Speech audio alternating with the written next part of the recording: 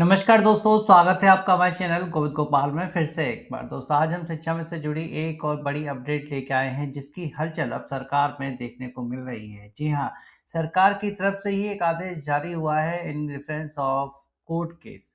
यानी एक court case था, आपने हमें आपको पहले ही बता चुके थे कि कोर्ट के द्वारा शिक्षा मित्रों को सफलता मिल रही है, जिसमें टेट का मैटर सबसे ज़्यादा हाईलाइट था कि जो टेट पास शिक्षा मित्र हैं वो अपने नियमितीकरण या समायोजन की मांग कर रहे थे। तो अब उसी कोर्ट ऑर्डर के अंडर ये जो सूचना मांगी जा रही है सभी जिलों से सरकार के द्वारा, वो आज हम इस वीडियो में आपको बताने जा रहे हैं।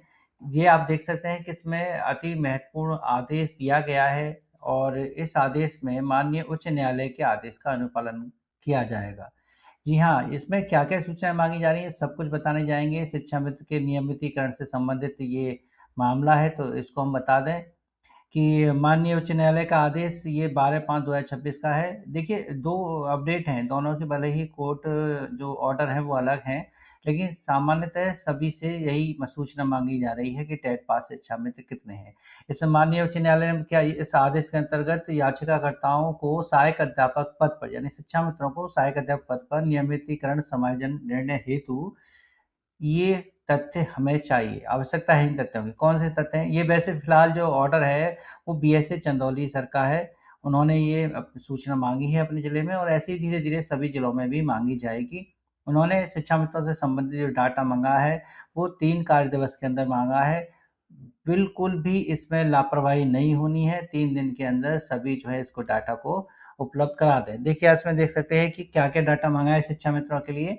कि पहले तो उनके क्रम संख्या, शिक्षा मित्रों का नाम और पिता का नाम, याचिकाकर्ता का नाम। क्योंकि शिक्षा मित्र नई केस लड़ रहे हैं, उनके रेफ़रेंस में उनके कोई रिलेटिव या हस्बैंड केस लड़ रहे हैं, तो वहाँ याचिकाकर्ता का नाम।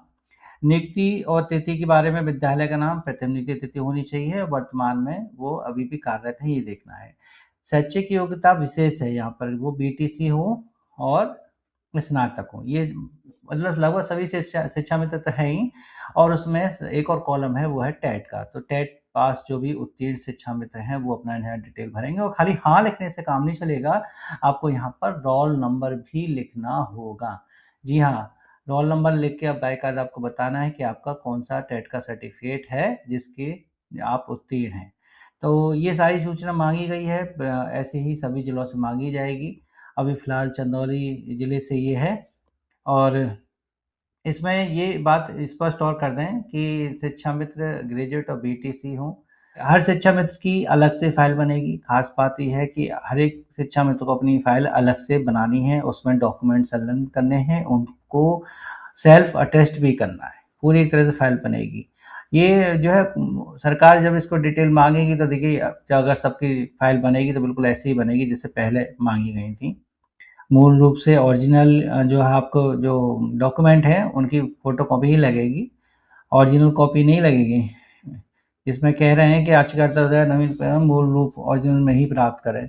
लेकिन ये केवल याचिकाकर्ताओं के लिए होगी, जो याचिका वहाँ पे उन्होंने डाली है वही देंगे। बाकी तो ये है कि अभी सूचना सिर्फ़ फ़ोटोकॉपी पे ही माँगी जाएगी, ऐसा नहीं है कि सभी से ये ओरिजिनल डॉक्यूमेंट लेंगे। और ये जानकारी ज़रूरी है कि पूर्व शिक्षक भर्ती का विवरण, यानी कि अगर आपने पहले किसी भर्ती में आवेदन किया है, तो उसकी डिटेल भी आपको यहाँ पर देनी होगी। तो समय सीमा निश्चित है, न्यायालय का आदेश है, इसमें लापरवाही नहीं होगी, ये टालम-टोल नहीं होगी। तुरंत ही इस मामले में काम किया जाएगा, तथ्यों को एकत्रित कर विभाग को भेजा जाएगा। ठीक है, ये सारी सामान्य जानकारी हैं क्योंकि ये एक ज़िले से रिलेटेड है, लेकिन बात आती है कि प्रदेश में क्या ये सूचना माँगी गई है, तो आप देख सकते हैं कि ये प्रदेश में भी माँगी गई है। यानी राज्य परियोजना निदेशक कार्यालय से आदेश आ चुका है सभी जिलों के लिए, ज़्यादातर जिलों के लिए कि इन इन जिलों से शिक्षा मित्रों की सूचनाएँ माँगी जाएँगी। दिनांक 19 मई 2026 का ये ऑर्डर है, उसमें भले ही कोर्ट ऑर्डर अलग है, इसमें अलग है, लेकिन माँगे सब नियमितीकरण को लेके ही जा रही है कि शिक्षा मित्रों के नियमितीकरण को लेके ये सूचना दी जाएगी। तो यहाँ पर जो है केस जो है अलग है और वहाँ का अलग है, लेकिन जो डिटेल है वो जब जा रही है तो कहीं न कहीं सरकार अब टेट पास शिक्षा मित्रों के लिए कुछ विचार करेगी। कोर्ट को जवाब भी देना है। तो ये सब चीज़ें हैं कि अगर सरकार का रुख पॉजिटिव रहा तो देखिए वो इसमें कोई एक पॉलिसी बना सकती है। कि इनको नियमित कैसे किया जाए। लगातार जब केस आएँगे इसी तरीके के एक ही तरीके की इनको नियमित किया जाए, तो इनके लिए कोई पॉलिसी बना सकती है। न्यायालय के आदेश में स्पष्ट तौर पर यह लिखा हुआ है कि 3 सप्ताह के अंदर याचियों का भीतर अपना विस्तृत प्रत्यावेदन सौंपना होगा, नियमितीकरण पर विचार करना होगा और 6 महीने की डेडलाइन दी गई है आपको। 6 महीने के अंदर सकारण आपको अपना उत्तर जमा करना है कोर्ट में। तो ये भी सूचना जो है जाएगी, जब कोर्ट में जाएगी तो पता चलेगा कि इस पे आगे क्या फाइनल सरकार ने सोचा है, उसके आधार पर ही काम होंगे। समय लगेगा लेकिन देखिए प्रक्रिया शुरू हो रही है। ये सबसे अच्छी बात है और ये वो सभी ज़िले हैं जहाँ से ये सूचना माँगी गई है, 60 से ज़्यादा ज़िलों से। और बीएसए से क्या माँगा गया है डाटा में कि सभी का जो है सत्यापन बारीकी से कर लें, कोई भी गलत तथ्य अब कोर्ट में ना पहुँचे। कोर्ट में जब गलत तथ्य पहुँचते हैं तो थोड़ी-सी सरकार की किरकिरी होती है, इसलिए उन्होंने तथ्यों को विशेष तौर पर जाँचने की बात कही है। अब बात करें कि ये सारा ईमेल वगैरह पे जाएगी, ये तो सूचना सामान्य सी बात है। ये टाइमलाइन है 17 अप्रैल, 19 अप्रैल, 3 सप्ताह और 6 महीने के भीतर ये कार्य होने। तो अप्रैल से 6 महीने लगा लीजिए, अप्रैल से 6 महीने 17 अप्रैल से 6 महीने बाद जो है कोर्ट में ये केस सुना जाएगा।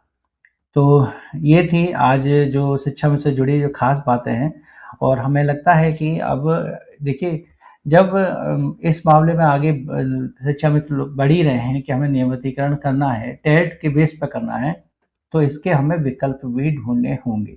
जी हाँ, विकल्प की वजह से हम बात कर रहे हैं कि कई बार कोर्ट के ऑर्डर आ चुके हैं कि देखो डायरेक्ट समायोजन मुश्किल है ना? भर्ती के माध्यम से ही समायोजन हो सकता है, जैसे उत्तराखंड में भी हुआ है, भर्ती के माध्यम से हुआ है।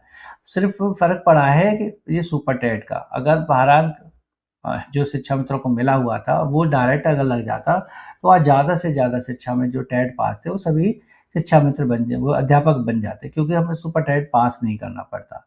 तो ये वजह रही है कि इसमें सुपर टेट जब यूपी में लागू हुआ, उसकी वजह से ही कई शिक्षा मित्र सहायक अध्यापक नहीं बन पाए।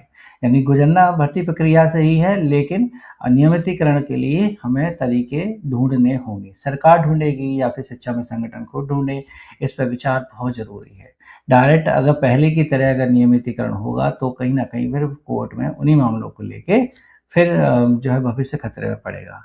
लेकिन सरकार से तो पूरी उम्मीद है कि जो पहली बार इस केस को हैंडल कर चुकी है, तो आगे ऐसी कोई नीति बनाएगी जो शिक्षा मित्रों को सीधे नियमित करेगी और कोई भी कोर्ट की कानूनी अड़चन सामने नहीं आएगी। ये सबसे अच्छा रिज़ल्ट हमें लगता है।